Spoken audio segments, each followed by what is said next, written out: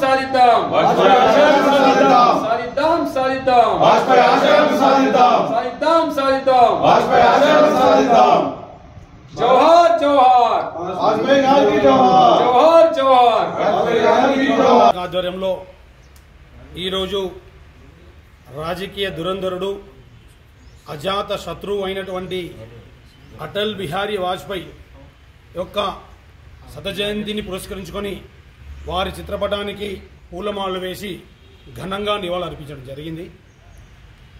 వీరు ప్రతిపక్షంలో ఉండి కూడా అజాత శత్రువుగా ఎలా ఉన్నారు అంటే, అప్పుడున్నటువంటి ఇందిరాగాంధీ ప్రధానమంత్రిగా ఉన్నప్పుడు అణుబాంబు ప్రయోగం చేస్తే ఆ యొక్క ఇందిరాగాంధీని తాను ఒక ప్రతిపక్ష నాయకుడు అనేటువంటిది కూడా మర్చిపోయి ఆమెను పార్లమెంటులో ఒక దుర్గామాతగా పోల్చడం ఇది ఎంతో గౌరవంగా ఉన్నటువంటి ఆ దినం.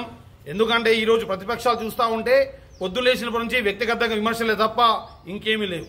అంతేకాదు వాజ్పేయి గారికి ఆరోగ్యం బాగలేకుంటే ప్రధానమంత్రి ఉన్నటువంటి రాజీవ్ గాంధీ వారిని అమెరికా తీసుకెళ్లి సొంత ఖర్చులతో వారికి సహకరించడం జరిగింది. అంతేకాదు వాజ్పేయి గారు ప్రధానమంత్రి అయిన తర్వాత ఒకరోజు సోనియా గాంధీ వాజ్పేయి గారి విషయంలో వ్యక్తిగత విమర్శలకు దిగితే ఒక పత్రికా ముఖంగా పాత్రికేయులు అడగడం జరిగింది, మరి సోనియా గాంధీ మిమ్మల్ని వ్యక్తిగతంగా విమర్శించారు, దానిపై మీరు కౌంటర్ వేయండి అని అంటే ఆ రోజు ప్రధానమంత్రి ఉన్నటువంటి అటల్ బిహారీ వాజ్పేయి గారు ఆమె సోనియా గాంధీ ఈ దేశానికి కోడలు అంటే నాకు కూడా కోడలు, నేను ఒక మామయ్యగా నేను కోడల గురించి ఏమీ మాట్లాడదలుచుకోలేదని ఒకే ఒక పదంతో వారు చనిపోయే వరకు కూడా సోనియా గాంధీ వాజ్పేయి గురించి ఒక్క మాట కూడా మాట్లాడినటువంటి పరిస్థితి.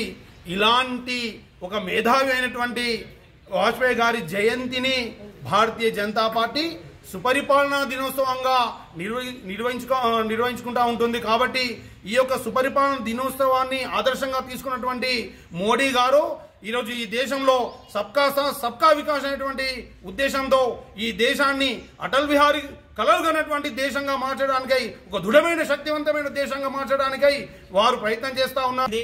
వారు గతంలో భారత ప్రధానిగా ఉన్నప్పుడు ఒక సమర్థవంత నాయకత్వంలో సుస్థిరమైన ప్రభుత్వాన్ని నడుపుతూ నీతివంతమైన పరిపాలన చేయడం జరిగింది. ఈ యావత్ భారతదేశ ప్రజానికే కాదు ప్రపంచానికి కూడా తెలుసు.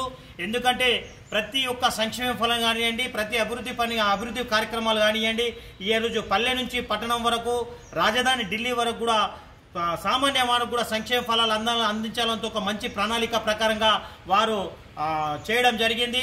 ఈ భారతదేశానికి వారు ఒక భారత ప్రధానిగా మనకు సేవలు అందించడంలో వారు ఉత్తములని చెప్పక తప్పదు.